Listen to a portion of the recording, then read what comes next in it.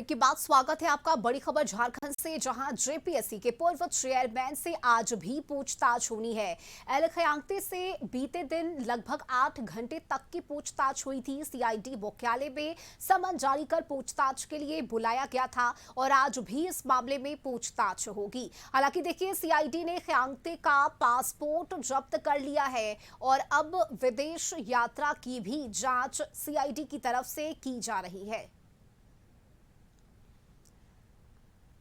तो जेपीएससी का मुद्दा इस वक्त झारखंड में गरमाया हुआ है और जांच का जिम्मा सीआईडी को सौंपा गया है। ऐसे में एल खयांगते को सीआईडी ने समन जारी कर पूछताछ के लिए बुलाया था और आज भी इस मामले में पूछताछ होनी है। संवाददाता संदीप हमारे साथ जुड़ चुके हैं, सीधे उनका रुख कर लेते हैं। संदीप, देखिए, सीआईडी मुख्यालय में बीते दिन करीब 8 घंटे की पूछताछ हुई और इस दौरान कई ऐसे सवाल हैं जिसका सामना करना पड़ा एल खयांगते को। आज की अगर हम बात करें तो एक बार फिर से उन्हें पूछताछ के लिए सीआईडी कार्यालय बुलाया गया है। फिलहाल क्या जानकारी और कितने बजे पहुंचेंगे खयांगते सीआईडी कार्यालय? आज यदि सीआईडी की कार्रवाई की बात करें तो कल ही जो पूर्व चेयरमैन रहे हैं जेपीएससी के एल खयांगते, उनको सम्मन जारी किया गया था और वे कल कैब से 11 बजे सीआईडी के दफ्तर पहुंचे थे। हालांकि इस वक्त भी हम सीआईडी कार्यालय के बाहर ही हैं मौजूद और कल 11 बजे से उनसे पूछताछ हुई थी और यह पूछताछ लगभग 8 घंटे चली और लगभग 8 घंटे सीआईडी के अधिकारियों ने एल खयांगते से कई सवालों का जवाब जानना चाहा। हालांकि कुछ सवालों का जवाब उन्होंने दिया और कई ऐसे सवाल थे जो उसका जवाब अब तक सीआईडी के पास नहीं है। रही वजह है कि फिर से उनको आज सीआईडी के जो दफ्तर है वहां पे बुलाया गया है पूछताछ के लिए। और देखना होगा क्योंकि कल भी वे लगभग 11 बजे एल खयांगते यहां पहुंचे थे सीआईडी कार्यालय और उनसे पूछताछ हुई थी। हालांकि यदि इस पूरे जेपीएससी प्रकरण को देखा जाए तो कहीं ना कहीं 14वीं जेपीएससी के जो पीटी का रिजल्ट प्रकाशित हुआ था उसके बाद यह पूरा मामला तूल पकड़ते हुए नजर आया और जो अभ्यर्थी थे, छात्र थे, वे पुरजोर तरीके से इसका विरोध भी करते रहे और जो 14वां जेपीएससी पीटी एग्जाम्स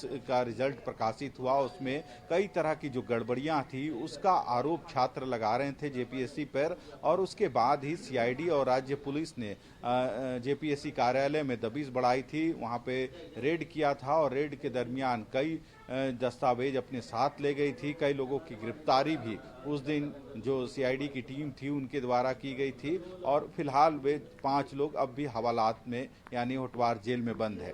और उनसे जो पूछताछ के दरमियान कई ऐसे इनपुट मिले थे जिसके आधार पर जो जेपीएससी के पूर्व चेयरमैन एल खयांगते हैं उनको सम्मन जारी किया गया था और 28 यानी कल उनको सबसे पहले सीआईडी कार्यालय पूछताछ के लिए बुलाया गया था। हालांकि वे बाहर ना जा सके, इसके लिए कल पूछताछ के दरमियान उनका जो पासपोर्ट है वह भी सीआईडी ने जब्त कर लिया है। हालांकि आज एक बार फिर उनसे पूछताछ के लिए उनको सीआईडी की जो दफ्तर है वहां पे बुलाया गया है। हालांकि कल वे 11 बजे सीआईडी दफ्तर पहुंचे थे तो संभवतः आज भी 11 बजे ही वे जो सीआईडी का दफ्तर है वहां पहुंचेंगे। और कहीं ना कहीं जो मामला अब तक सामने आया है उसमें कई तरह की जो अनियमितता है उसका आरोप जेपीएससी पे लग रहा है। रही वजह है कि इस मामले पर कई लोगों की अब तक गिरफ्तारी हो चुकी है, जिसमें जो एक कंपनी है जिसको इस एग्जाम के संचालन की जिम्मेवारी दी गई थी, उसके अलावे जो ओएमआर सीट में छेड़छाड़ का जो मामला है वह आरोप जेपीएससी पे लग रहा है।